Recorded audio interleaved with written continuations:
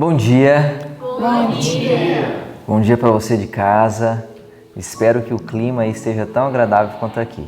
Estamos entrando aqui no inverno, está bem mais fresquinho, tudo bem verdinho também pela quantidade de chuva que tem. E tem sido uma bênção.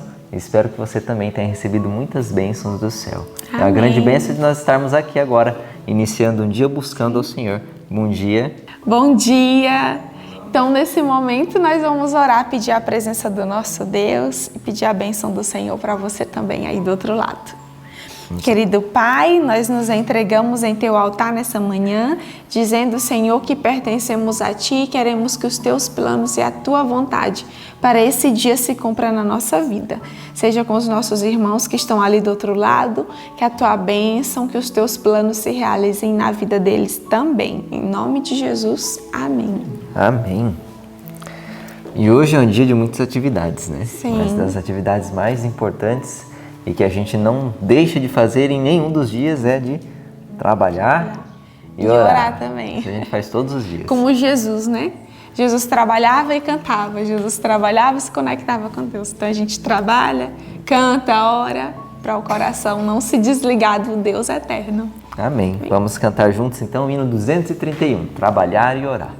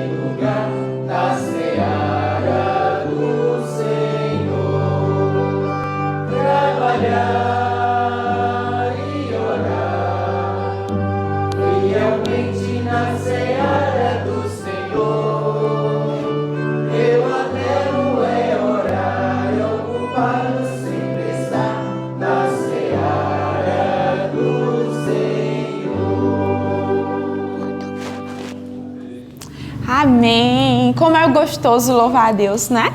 E também é muito bom aprender a palavra. Amor, antes de vir para cá, você já sabia tantos versos da Bíblia? Não, de forma alguma. Sabia um ou outro. E olha aí, como é importante. A gente pega, mas aí tudo vai por disciplina, não é? Sim. Uma semana é tempo suficiente para aprender um verso. Com certeza. Uma passagem, né? Às vezes a gente pega 6 versos, 8 versos e aprende e consegue aprender em uma semana. Então, olha, aproveite essa semana. Se você ainda não aprendeu, aprenda esse verso. É 1 Pedro 1:22. 1 Pedro 1:22. Então, vamos juntos? Vamos lá? 1, 2, 3. 1 Pedro 1:22. Purificando as vossas almas pelo Espírito, na obediência à verdade, para o amor fraternal não fingido. Amai-vos ardentemente uns aos outros com um coração puro. 1 Pedro 1:22. 1 Pedro 1:22. Purificando as vossas almas pelo Espírito, na obediência à verdade, para o amor fraternal não fingido. Amai-vos ardentemente uns aos outros, com um coração puro. 1 Pedro 1:22. 1 Pedro 1:22. Purificando as vossas almas pelo Espírito, na obediência à verdade, para o amor fraternal não fingido. Amai-vos ardentemente uns aos outros, com um coração puro. 1 Pedro 1:22. Amém. Que as nossas almas sejam purificadas através da obediência à palavra de Deus. Amém. Amém. E nesse momento, então, nós seremos abençoados com a palavra do Senhor. Deus te abençoe. Amém. Volta. Amém. Nesse momento, teremos a palavra do Senhor. Que a igreja seja abençoada, que a sua casa seja abençoada. Deus te abençoe. Bom estudo. Bom dia, queridos. Bom dia. Despertamos firmes e fortes para mais um dia de luta, não é? Eu gosto de pensar, que diz que quando o servo de Deus levanta, Satanás já fica pensando assim, ai meu Deus, acordou de novo, vamos lá.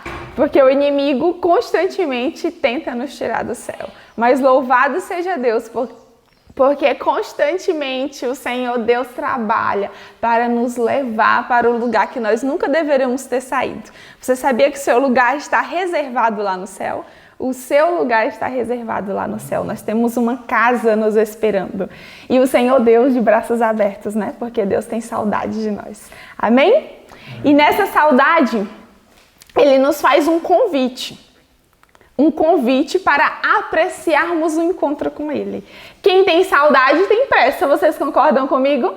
Quem tem saudade tem pressa. E o Senhor Deus tem pressa de nos ter pertinho dele. E eu quero convidar você a fazer uma oração nesse momento, pedindo a bênção do Senhor sobre o estudo dessa manhã que está muito lindo. Vamos orar.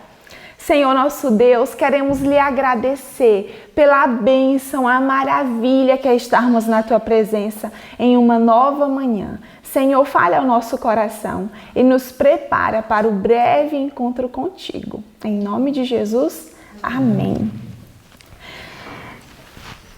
Eu convido você a abrir a sua Bíblia no livro de Jeremias. O estudo dessa manhã, Jeremias 25 e 26, e também Lucas capítulo 5, versículo 27 até o 39. E aqui no livro O Desejado de Todas as Nações, nós estudamos o capítulo 28, Levi e Mateus. Aqui em Jeremias 25, é Deus dando uma sentença. Como é terrível quando nós não ouvimos a voz de Deus. Para pensar todas as vezes que você se deu mal por não ouvir a voz de Deus. Deus quantas vezes falou, e a Bíblia diz aqui no versículo 3 que Deus enviava os seus servos madrugando e falando, mas eles não escutavam. Deus falava e eles não escutavam. E o resultado disso foi cativeiro. E aqui o capítulo 25 foi mostrando o resultado da desobediência, né? Foram levados cativos. E depois o capítulo também fala da destruição de Babilônia. O pecado não vai durar para sempre. E eu vejo que cada vez que Deus mandava sentença para essas nações, era uma maneira de Deus dizer, olha, quem está no comando sou eu. O mal não vai durar para sempre. E o Senhor ali trouxe destruição para a Babilônia. Agora, vocês acham que pregar a palavra de Deus é algo fácil? Sempre que pregamos a verdade, com essa pregação vem consequências. E aqui no capítulo 26, Jeremias está numa saia justa, como diz o ditado por aí, né? Ele está correndo risco de vida. Mas você acha que aquele que entende o seu chamado, aquele que entende qual é a missão aqui na terra e qual que é o desejo de Deus, tem medo do que as pessoas podem fazer? Olha aqui a resposta de Jeremias, para ver se era uma resposta de um profeta que estava com medo. Olha aí no versículo 13 em diante, Jeremias 26, verso 13. Agora, pois, melhorai os vossos caminhos e as vossas ações, e ouvi a voz do Senhor vosso Deus, e arrepender-se-á o Senhor do mal que falou contra vós. Quanto a mim, eis que estou nas vossas mãos. Fazei de mim conforme o que for bom e reto aos vossos olhos. Sabei, porém, com certeza, que se me matardes, trarei sangue inocente sobre vós e sobre esta cidade e sobre os seus habitantes, porque, na verdade, o Senhor me enviou a vós para dizer aos vossos ouvidos todas estas palavras. Então disseram os príncipes e todo o povo aos sacerdotes e aos profetas: este homem não é réu de morte, porque em nome do Senhor nosso Deus nos falou. Amém? Jeremias estava ali correndo risco de morte, mas ele estava certo de que ele estava fazendo a vontade de Deus. E isso é o que move a nossa vida. Se você tem certeza que o que você vive, que o que você faz é a vontade de Deus, não importa o que aconteça ao redor. Vai doer? Vai. Jeremias sofreu muito, mas ele sofreu com uma certeza: eu estou dentro do plano de Deus. O que você vive, o que você faz, está dentro do plano de Deus? Se estiver, não tem o que temer. E que é uma prova disso? O nosso mestre. O próprio Jesus nos ensinou isso. Aqui no livro de Lucas, nós vamos ver um chamado maravilhoso. Lucas capítulo 5, do versículo 27 ao 39. Nós vemos aqui Jesus fazendo algo muito diferente. Algo que ia contra as tradições ali do meio dele. Mas Jesus estava no centro da vontade de Deus. E quem está no centro da vontade de Deus não precisa ter medo. Olha aqui o que Jesus fez. Você acha que Jesus ia atrás só dos bonzinhos, dos que eram aceitos ali pelos judeus? Cristo, ele não perdia tempo.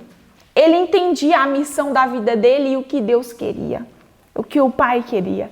E Cristo ia incessantemente a todos os corações disponíveis. Quando ele olhava, tinha aquele olhar raio-x, né? Quando Jesus olhava, ele via qual que era o coração que estava desejoso dele. E o Senhor Jesus viu isso em Levi e Mateus. Abra sua Bíblia aí, talvez já está aberta, mas Lucas 5.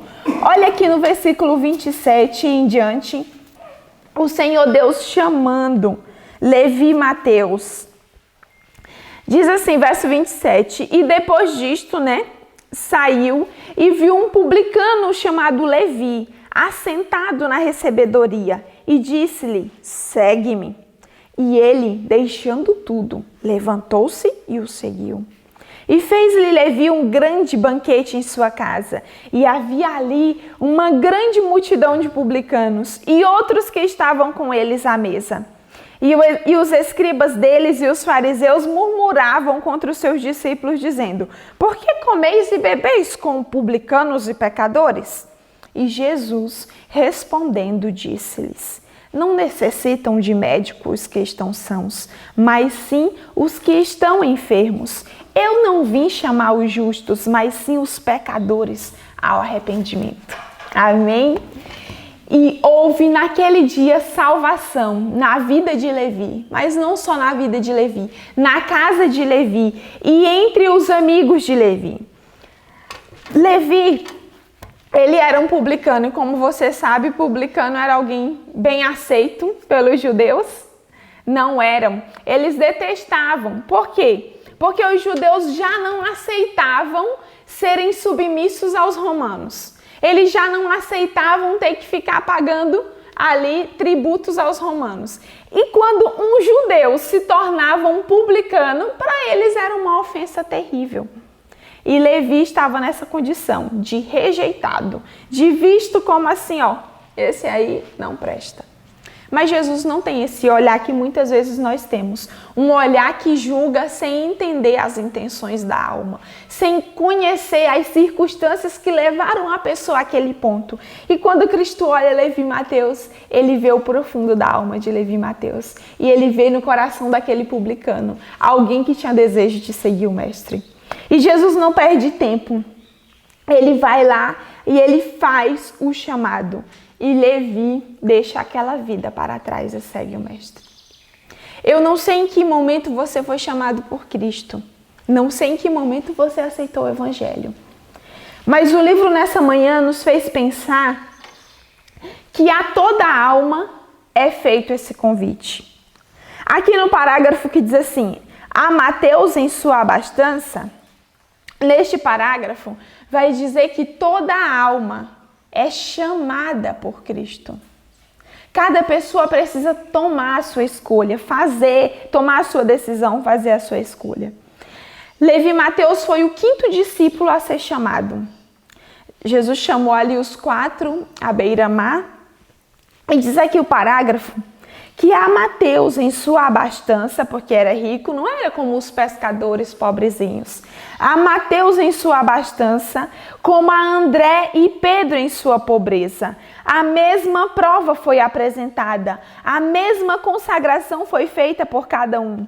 No momento do êxito, quando as redes estavam cheias de peixe e mais fortes eram os impulsos do viver anterior, Jesus pediu aos discípulos junto ao mar que abandonassem tudo pela obra do Evangelho. Assim, toda alma é provada quanto ao seu mais forte desejo, se bens temporais, se a companhia de Cristo. Talvez você pense assim, mas os pescadores eram pobres, então eles não tinham muito o que fazer. E as pessoas têm essa ideia assim, vai ser missionário? Não tem muito o que fazer, é um coitado, vai ver se isso dá certo na vida. Não. Quando a pessoa decide ficar em missão, ela teve que tomar uma decisão de renúncia. Cada pessoa tem outras coisas assim a fazer. Deus não criou ninguém inútil, você tem uma capacidade que você vai ter que escolher se vai usar para o reino de Deus ou se vai usar para o reino de Satanás. Todos precisaram fazer essa escolha. E ali no momento, quando aqueles discípulos estavam com as redes cheias, eles tinham dinheiro para conseguir, eles tinham peixe para vender. Mas eles tiveram que escolher, deixar aquela vida de lado e seguir Jesus. Quando Levi Mateus foi chamado, ele teve que escolher o que ele queria mesmo da vida. Se era continuar naquele vazio de alma que ele estava, mesmo ganhando muito, ou se era seguir o Mestre.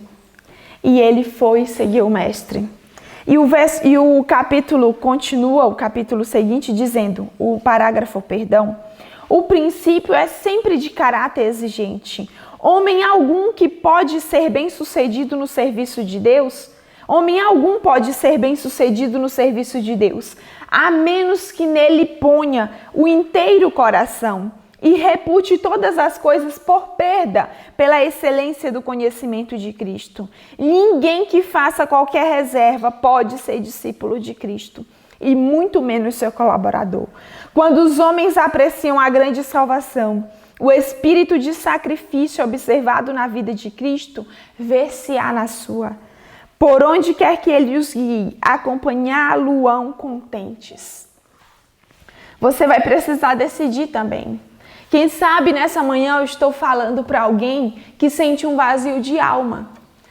Que pensa assim, Paula, eu aceitei Jesus há tanto tempo, mas continua um vazio dentro de mim. Em nome de Jesus eu quero te dizer, quem sabe há reservas na sua alma. E aqui Deus falou que ninguém que faça qualquer reserva. E o que pode ser essa reserva? Às vezes a gente segue a Jesus, mas quem está tomando o primeiro lugar é o trabalho. Às vezes você está seguindo a Jesus, mas quem está com o primeiro lugar é o esposo, são os filhos, são os amigos. Jesus sempre fica em segundo plano. As coisas da casa de Deus sempre estão em segundo plano. Quem sabe você esteja seguindo a Jesus, mas tem algo errado que você fala, eu sei que é errado, mas eu não consigo ficar sem isso. Isso são reservas e isso vai consumindo o nosso coração, a nossa vida espiritual e vai tornando um vazio. E o cristianismo que é real, que é verdadeiro, é esse que foi dito aqui, ó. Cada pessoa que aprecia a sua grande salvação precisa viver uma vida de sacrifício, de abnegação como Cristo viveu. Esse é o evangelho real, né? Viver como Cristo viveu. E Levi Mateus entendeu isso. E quem entende que é salvo, quem entende que a salvação é algo grandioso, que nada na vida pode pagar, a pessoa quer usar tudo para Cristo. Ela quer dar tudo ao Mestre. E foi isso que Levi Mateus fez.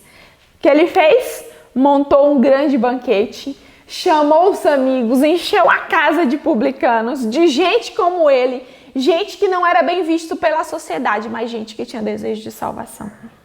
E aí ele faz aquela grande convocação, né? Aquela grande comilança ali. E Jesus tem a oportunidade de pregar para aquelas párias da sociedade. E diz aqui que a palavra de Deus diz isso, que quando a palavra é pregada, ela não volta vazia, não volta vazia. E o que aconteceu? Depois que Jesus morreu e ressuscitou, ali no Pentecostes, o Senhor fez uma grande colheita, porque muitos publicanos que estavam naquele banquete se converteram e agora passaram também a apoiar o Evangelho de Cristo e levar a obra avante. Mas os judeus, eles não paravam por aí. Eles sempre tinham algo para encontrar em Cristo, para ficar no pé de Cristo, para tentar desanimar, para magoar o coração do Senhor Jesus. E agora, enquanto João Batista está preso, eles começam a fazer comparações entre Jesus e João Batista, começam a afligir os discípulos ali de João Batista, e aí surge uma discussão sobre o jejum, que foi aqui dos versículos 33 ao 39. E aí eles vão falando do jejum, mas Jesus mostra que não era tempo de fazer jejum. Era tempo de se alegrar com o Mestre, com a presença de Cristo, com a salvação que estava ali no meio deles. Era momento de alegrar-se. Aqui diz assim, acha aí no seu livro o parágrafo que começa assim: o verdadeiro jejum. Aqui vai explicar qual que é o jejum mesmo que Deus tem interesse. O verdadeiro jejum não é um serviço meramente formal. A Escritura descreve o jejum preferido por Deus, que soltes as ligaduras da impiedade, que desfaças as ataduras do jugo, que deixes livres os quebrantados e oprimidos e despedaces todo o jugo. Abrires a tua alma ao faminto e fartares a alma do aflito. Aí se expõe o próprio espírito e caráter da obra de Cristo. Toda a sua vida foi uma vida de sacrifício pela salvação do mundo. Quer jejuando no deserto da tentação, quer comendo com os publicanos no banquete de Mateus, estava dando a vida pela redenção dos perdidos. Não em ociosas lamentações, em simples humilhação do corpo e multidão de sacrifícios.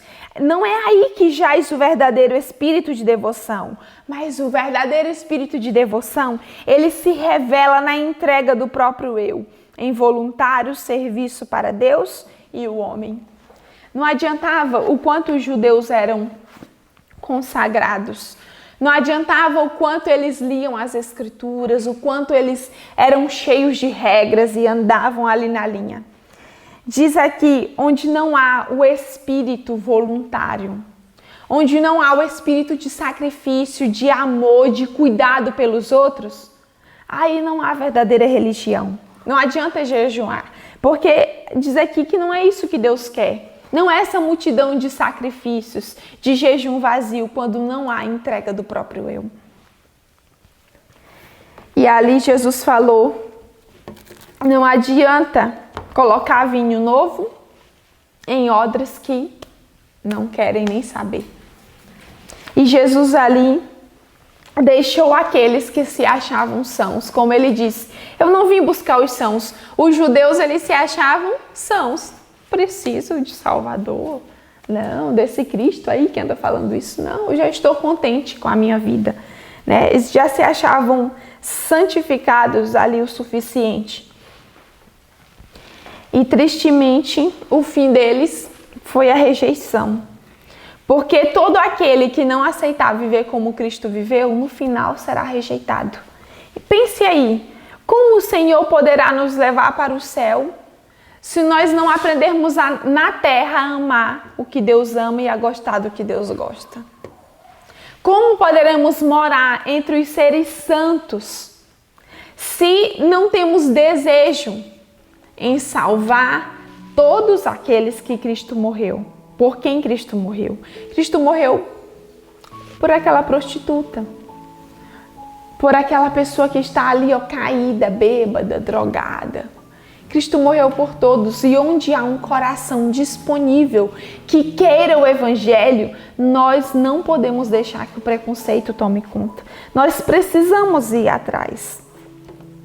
E eu queria encerrar nessa manhã lendo algo lindo para você.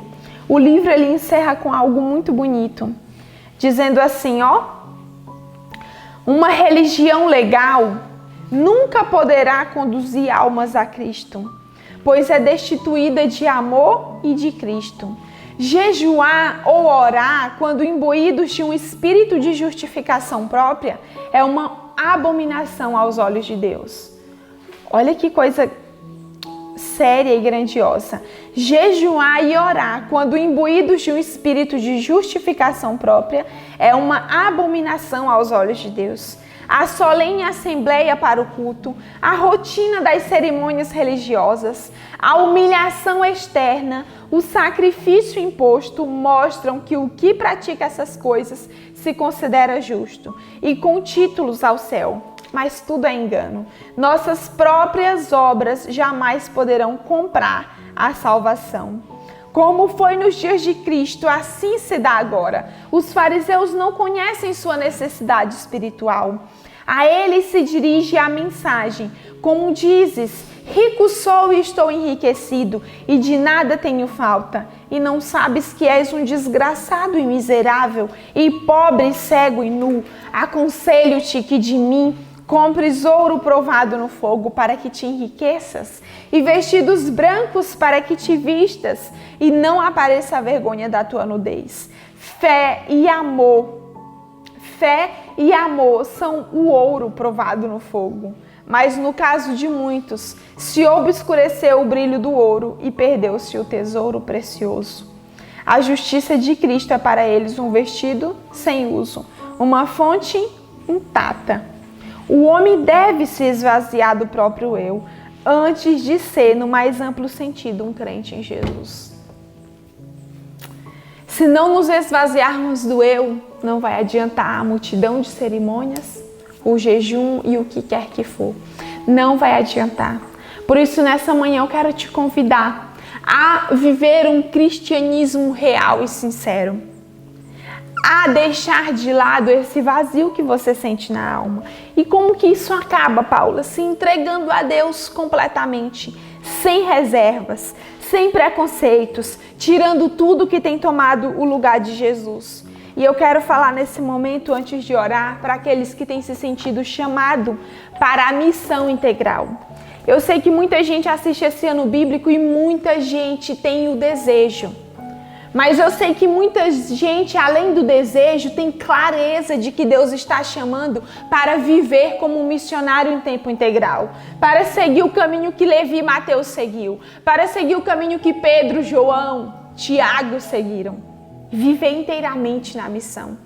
E se você tem entendido esse chamado, em nome de Jesus, não postergue mais. O vazio só vai aumentando. E um dia eu estive aí também com esse vazio. Querido, não faça mais reservas. Eu quero te convidar. Você quer orar nesse momento pedindo força a Deus para seguir? Para quando Jesus disser assim, na verdade ele já disse, segue-me, você que está demorando. Mas eu quero orar para que você tenha coragem de seguir o Mestre. E Jesus vai poder dizer, como ele falou para os outros: quando eu te chamei, porventura faltou alguma coisa? Quando eu te enviei, vocês não tinham nada, faltou alguma coisa?